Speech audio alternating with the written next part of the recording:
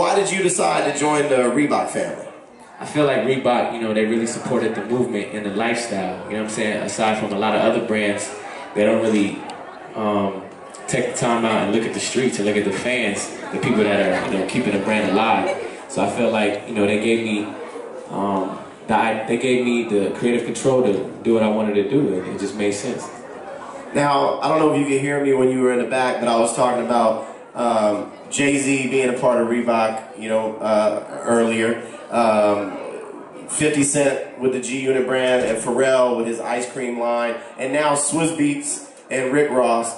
How does it feel to be a part of a family of just super duper stars like that? Now you're repping the West. It's a good feeling, man, because like you said, I'm the first person from LA or Cali to do it. And we need that. It's always about East Coast stuff with products sometimes.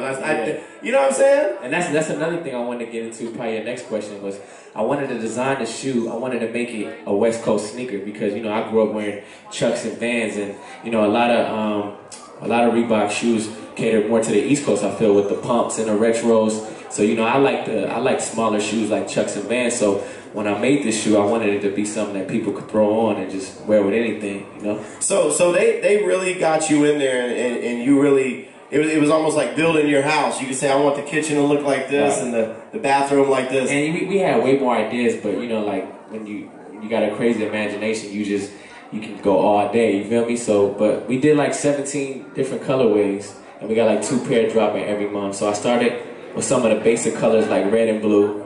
You know what I mean? Then I'm gonna take it to the cheetah print. Then I got some like pink cheetah print for the girls that I made, and we got some South Beach. Where you at, ladies? Y'all ready for that shoe? Now, you mentioned you're creative. Let me tell you, I know from firsthand how creative this guy is because I've had the pleasure of being able to work in the studio with him. Matter of fact, he's on a new record that I have coming out featuring Neo and Wiz Khalifa that I'm really excited about. And he's on, speaking of Swizz Beatz, he just cut the verse for a remix that I'm doing with Swizz for the Everyday Birthday record, Swizz Beatz. And his album drops March 26th. No, not March 26th, April 9th. Why did somebody put that on here? Somebody lied. Originally, it was March 26th. Oh, it was.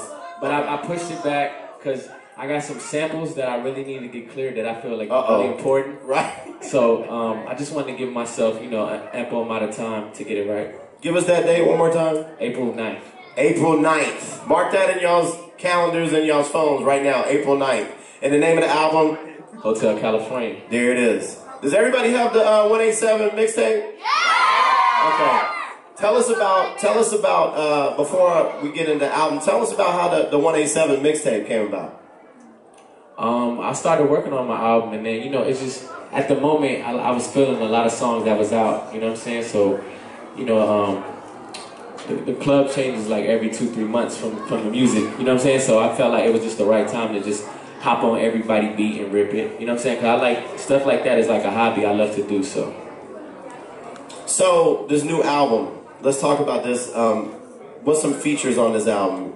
So, you know, the first record, Dope, with Ross, and then I got my second single, it's with Chris, it's called For the Road, and I'm actually about to drop that probably within the next week or so. Man, we were just talking about this record backstage, and Tyga's gonna get it to me. You said next week? Hopefully, yes. Hopefully next week, and I'll be blasting that off on Power 106 on the New It 2 with me and Yessie Ortiz. Any producers besides, I know Mustard did some stuff for you on this album? Mustard did a couple beats, but a lot of like in-house people that I'm working with, a lot of producers from LA and dudes that's 19, 20 years old making beats. So, you know, I like giving new talent a chance. So.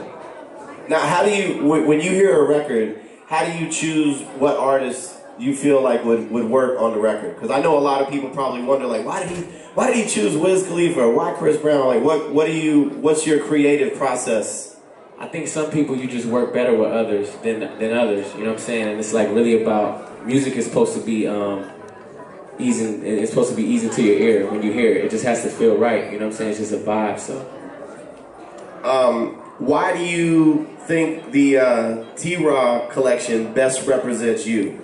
Obviously because you designed it. Yeah, for one, it wasn't like I just got paid to just do a shoe and, you know what I'm saying, put my face on it. Like I really went to the Reebok headquarters, and I was there all day designing stuff, like, because I feel like it's a, you know, fashion and music, everything goes hand in hand, and it's really about comfortability. So I wanted to make sure it was comfortable first, you know. But besides it being comfortable, what influences your style? I mean, you mentioned growing up rocking, you know, different style shoes back in the day. Is there any one thing that's influenced you, or multiple things when you were designing the shoe? Were you listening to any music when you were designing the shoe? I don't know, man. I just when you get in a creative mode, my process is we just make it happen, you know.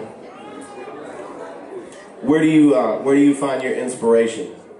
Not just when I think from fans, just lifestyle in general. You know what I'm saying? Just the life that I live. You know, you just get inspired every day because you travel around the world and you meet all type of different people. But you know, for some reason, it all connects back to LA and home. You know what I'm saying? What was it like shooting the T-Raww campaign? It was real dope, man. It came out good. We actually shot the commercial and I shot the video with Ross like the same 2 days. So I wanted to keep everything the same vibe. Like when you see a James Bond movie, you know what I'm saying? Like from the ads, the commercials to the movies, everything it connects. So I wanted everything to feel like Hotel California. Everything has to connect, you know. And the same thing with the sneakers. So how did it feel when you first saw the completed sneaker? Because that's got to be crazy, man. Like to be able to design and by the way, congratulations, man, because to have the success you've had with music is one thing, but to be able to cross that success over into the fashion world, that's a big feat. You know, I think music is just like, you know, just where you start. That's a big feat. Get it? That's a big feat. Music is where you start. You know what I'm saying? But it's like there's so many other things that I want to do, and I feel like when I was younger, if I had, you know, when I was in high school or middle school, and I felt like I had somebody to look up to that was close to the same age as me, because like now, like, you know, kids can go to shows, you got Twitter, you got all that type of stuff, so they could really involve their lives with the artist, and they could really follow the artist's life and feel like, you know, they're living it too. So I just really wanted to do something for my fans, and I also got a clothing line too, Last Kings, that we about to drop. So. See, man, that's what I'm talking about. I'm not even going to be able to call this guy's phone pretty soon. He's like, family, I just bought half of downtown Los Angeles. Speaking of your following your fans and vice versa, I know these guys, they follow you. And, you know, to be here at 9 in the morning, you know what I'm saying?